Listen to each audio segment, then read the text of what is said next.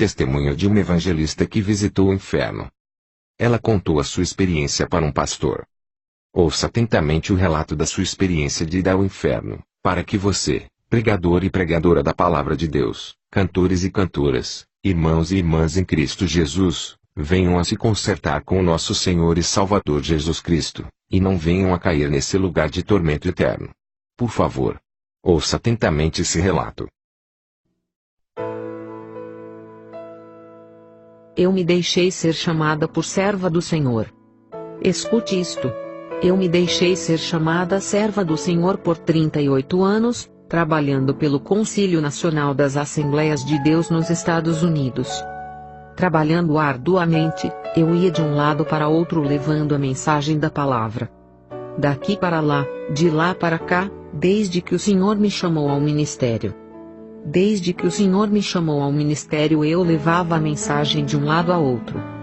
Viajei várias vezes ao México, estive no estado de Veracruz, estive no estado de Guaracá, estive no estado de Chiapas, e em vários estados da República Mexicana levando eventos e concílios de mulheres, ali estava eu. Me reunia, viajava, e às vezes tinha que baixar até 3 vezes do avião. Descia e voltava a subir, e tinha que ir para compartilhar a mensagem. Eu pensava que fazendo isso, Deus estava agradecido com tudo que eu fazia. Eu pensava que Deus estava agradecido, pela forma com que eu me movia de um lado para outro levando a mensagem. Muitas vezes, eu pedia para que o Senhor me mostrasse onde nós iríamos viver. Onde nós iríamos passar a eternidade lá na mansão celestial. Eu pedia ao Senhor, porque por várias vezes em várias ocasiões, irmãos e irmãs vinham e diziam em testemunhos que eles iam neste lugar. Até que um dia, cheguei de madrugada muito tarde. Como já saíamos tarde do evento, não deu tempo de jantar. Meu esposo disse que estava com fome. E quando chegamos em casa meu esposo disse: "Tenho fome." E eu disse: "Busca algo aí no refrigerador e come." Eu venho morta, eu estou muito cansada. Fui para o meu quarto, me atirei na cama com os sapatos. Eu estava muito cansada. Atirei-me na cama de boca para baixo quando de repente, eu senti que a porta se abriu. Eu disse: "Meu esposo vem." Eu escutei uns passos que lentamente chegou perto da cama. E quando chegou ao lado da cama, me falou com uma autoridade. Eu comecei a sentir que não era o meu esposo.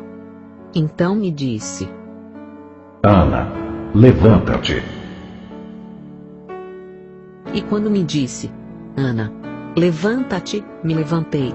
E ele me disse: "Vem comigo, porque hoje vou te mostrar onde passarás a eternidade. Vou te mostrar onde irás, se a morte te surpreender agora mesmo." Então ele agarrou as minhas mãos, e começamos a baixar. A minha surpresa, foi que eu pensei que iríamos subir aos céus. Eu pensei que iríamos subir. Mas a minha surpresa, é que não começamos a subir, mas começamos a descer, descer, e a descer. E havia uma escuridão enorme. Aquela escuridão era enorme. Se corria uma cortina de escuridão. Só havia a luz do esplendor do Mestre, que me levava agarrado em minhas mãos. Eu não podia soltar. Comecei a fazer força, porque sabia que iria ao inferno. E comecei a dizer: "Senhor, eu não posso ir nesse lugar." E ele ficava em silêncio, não me dizia nada, absolutamente nada. Somente me agarrava nas mãos fortemente. E seguimos descendo. E fomos baixando. E íamos baixando, até chegarmos ao coração da terra. Quando chegamos ao coração da terra, havia um portão enorme. Um portão enorme como que estivesse selado. E quando chegamos naquele lugar, o portão estava totalmente fechado até em cima. De repente, começou a abrir. Começou a abrir. E no momento em que começou a abrir, havia uma pequena cratera. Eu comecei a escutar os gritos e gemidos de 1000 almas, e milhões de almas. E daquele poço, saiu uma peste horrível. Eu comecei a segurar nas mãos do Senhor, e eu dizia: "Não, Senhor. Nesse lugar, eu não posso ir." E ele seguia em silêncio. Não me dizia absolutamente nada. De repente, a porta se abriu completamente. Quando se abriu, ele me olhou e me disse: Conhece esse lugar? Mas eu não suportava a brincadeira. Eu tive que chegar mais perto do corpo do mestre, porque do corpo dele saía uma brisa fresca que me refrescava. Quando eu saía um pouquinho de perto dele, sentia um calor insuportável. Um calor que não se aguentava. Uma peste horrível, que jamais senti desta maneira. E os gritos e alaridos de mil e milhares de almas em coro que se escutava dizendo: ai, ai. E assim se seguia aquele lamento. De repente, o Senhor continuou me olhando e me disse: Conhece este lugar? Eu lhe disse: Senhor, eu nunca vim nesse lugar. Mas por tua palavra, eu entendo que é o inferno. E o Senhor me disse: Certamente é o inferno. Aqui vêm todos os que cometem pecados, aqui vêm todos os que cometem maldades, aqui vêm todos os mentirosos. Todos os que cometem pecados vêm a este lugar. Todos aqueles que não se arrependem e não me recebem como seu Salvador. Eu fiquei em silêncio, e comecei a dizer: Senhor, não posso vir neste lugar. E o Senhor disse: Olha, este lugar te pertence, este lugar é teu. E quando me disse que aquele lugar era meu, eu comecei a dizer: Não, Senhor. Estás equivocado. Eu sou tua serva. Lembra? Te sirvo há 38 anos, e faz pouco tempo que eu cumpri 38 anos de serviço. 38 anos te louvando. 38 anos pregando a tua palavra, 38 anos levando a tua mensagem em diferentes partes. Tu sabes o quanto te servi. E quando eu dizia ao Senhor: Tu sabes o quanto te servi, ele movia a sua cabeça dizendo que sim. Mas quando dizia que eu era a sua serva, ele movia a cabeça dizendo que não. E eu disse: Senhor, por que dizes que eu não sou a tua serva? E o Senhor me disse: Agora eu vou te explicar. Como diz tu que és a minha serva? Como diz tu que me louvava e me glorificava? Olha que você se esqueceu de que quando tu pregavas uma coisa, falava uma coisa e vivia outra. Tu dizias uma coisa por detrás do púlpito, e tu vivias uma outra coisa. Por isso cremos, amados irmãos, que porque pregamos, cantamos no grupo, cantamos no coro da igreja somos salvos. Isso não é certo. A salvação inclui algo mais profundo que a santidade. Sem santidade ninguém verá o Senhor, diz a palavra. Então ele me dizia, e eu começava a chorar. E quando comecei a chorar, era porque havia remorso no meu coração. Já não pude mais levantar a cabeça e dizer que eu era a tua serva. O Senhor começou a dizer: Olha, Ana. Eu gostava como pregavas, eu gostava de como tu ias de um lado para outro levando a mensagem, gostava porque você levava a mensagem daqui para lá, isto me agradava, mas você falava uma coisa e vivia outra. Ele continuou a me dizer: Olha, Ana, eu quero te mostrar algo.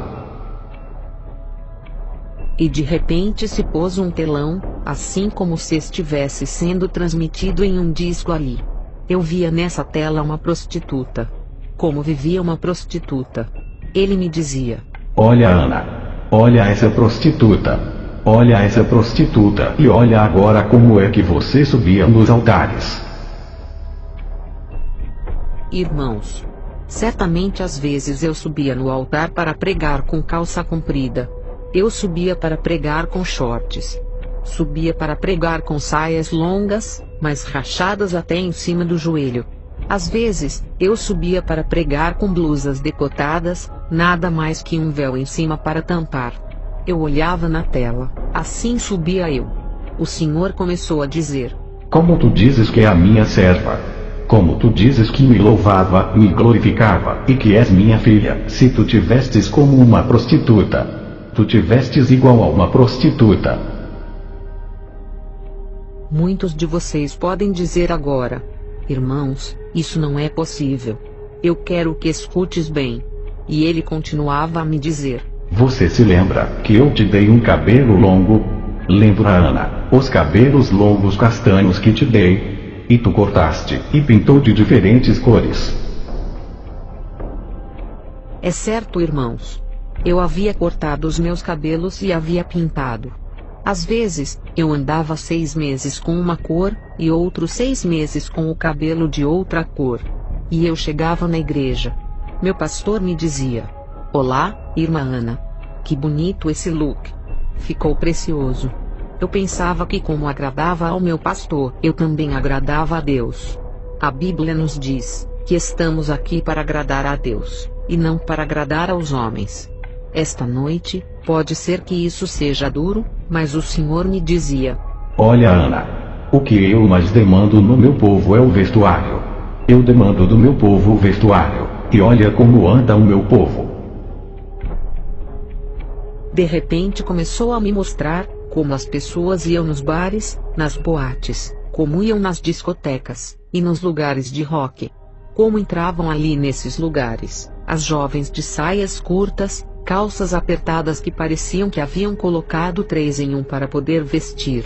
Com saias e shorts cortados até em cima, eu via como entravam nas boates e centros noturnos. E o Senhor me mostrou e me disse: Olha e veja como anda o meu povo da mesma maneira. Da mesma maneira, assim como entram nas boates, assim entram nas igrejas. Assim estão nas igrejas. Olha como está o meu povo. Olha como vivem. Olha como o meu povo está. Olha a condição que vive a minha igreja. Meus irmãos, eu tive que abaixar a cabeça, e já não podia dizer que era a serva dele. Já não podia dizer que eu não deveria ir ao inferno.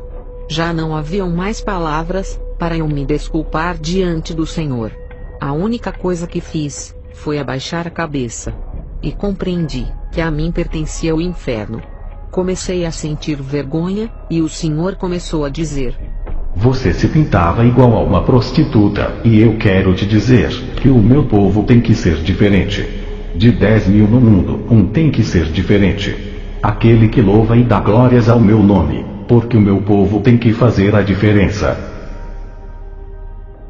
E nesse momento, o Senhor começou a caminhar para dentro daquele lugar, e perto daquela cratera, diante daquele poço profundo que havia, onde saía uma fumaça que pesteava a enxofre. E eu já não suportava. E eu tive que caminhar ao lado do mestre. Ele começou a me mostrar: Irmãos, tudo ali é vermelho vivo. Ali, não há descanso nem de dia nem de noite. Tudo ali é um calor insuportável. Ali, tem um cálculo de 3.800 graus de temperatura. Não tem como suportar. Se cair um pedaço de ferro, derrete. Se cair um pedaço de ferro, se fazem nada, porque não se suporta as chamas nesse lugar. Ali, estão as almas atormentadas no fogo. As almas começam a gritar e a dizer: Senhor, Senhor, ajuda-nos. E o Senhor lhes dava as costas como se não estivesse vendo, como se não os conhecesse. E seguiu caminhando. Eu segui caminhando atrás dele. Ele começou a dizer: Olha, eu vou te dar uma última oportunidade. Tu tens que ir a eles e falar da palavra. Não importa que te critiquem, não importa que te tirem do movimento, não importa que te tirem da igreja. Vai e fale da minha palavra. Tudo que estou te mostrando aqui, vai e leve a mensagem para que se arrependam. E aí começou a dizer: Olha, olha aí muitas almas. Todos estes que tu vês me chamando de Senhor, e chamando de Pai, é porque eles um dia me louvaram, um dia estiveram na igreja, um dia cantaram no coro, falaram em línguas, profetizaram e pregaram a palavra, e muitos deles tiveram créditos nas igrejas, tocaram no grupo da igreja, e agora estão aqui no inferno, porque viveram uma vida hipócrita e rebelde diante de mim. Eles apresentavam uma cara na igreja, e outra cara no mundo. Eles vinham e aplaudiam, e nas suas casas maldiziam. Eles gritavam e faziam tantas coisas, e agora, estas almas estão ardendo aqui no inferno. Muitos de nós cremos que não é nada mais do que ir na igreja cantar, pular, assobiar, se estribuchar no chão, fazer bugigangas, dizer que sente o Espírito Santo, e nada mais do que isso. Mas vou lhes dizer uma coisa. O Evangelho de Cristo não é isso. O Evangelho de Cristo hoje em dia, é pregadores assalariados. Muitos pastores assalariados, pregadores e evangelistas assalariados, têm corrompido a palavra de Deus, têm corrompido o Evangelho de Cristo, corromperam o Evangelho de Cristo, e pregaram o Evangelho barato, o Evangelho comercial, o Evangelho fajuto, o Evangelho como um supermercado. Eu quero dizer, irmãos, que Deus quer que pregue a sua palavra, que fale a palavra tal como está. Deus quer almas que se arrependam. Irmãos, já não pude suportar. Eu ia chorando atrás dele. E de repente, ele começou a me dizer: vai, diga aos pregadores. Vai, diga. Ele não disse diga aos servos, e nem disse diga aos pastores. Mas disse: vai, e diga a esses pregadores falsos. Vai, diga aos pregadores hipócritas, que não é o que a sua teologia diz. Que não é o que eles dizem, é o que a minha palavra diz, que pregue tal como ela está. Que eles falem tal como está, não importa em quem doa, não importa quem saia, não importa quem não goste. Porque às vezes o pastor tem que trocar a sua mensagem, porque tem gente que não gosta da verdade. Tem membros da igreja que não gosta da verdade. O pior é quando se tem um pouquinho de teologia. O Senhor disse: vai, diga a esses pregadores que andam dizendo que eu só quero o coração. Vai, diga que o corpo é templo do meu espírito. Vai, diga que o corpo tem que apresentar o que tem dentro do seu coração. Que vivam em santidade, que guardem a minha palavra. Vai, diga a todos esses pregadores que cobram grandes quantidades de dinheiro para pregar. Diga-lhes a esses perversos para orar, porque eu já paguei o preço. Vai, diga para esses cantores que andam com zorras em seus pecados. E diga a esses cantores que têm profanado o meu lugar santo, onde já não se chamam de servos meus, mas se chamam de artistas. Vai, diga a esses perversos que se arrependam antes de pisar no lugar santo.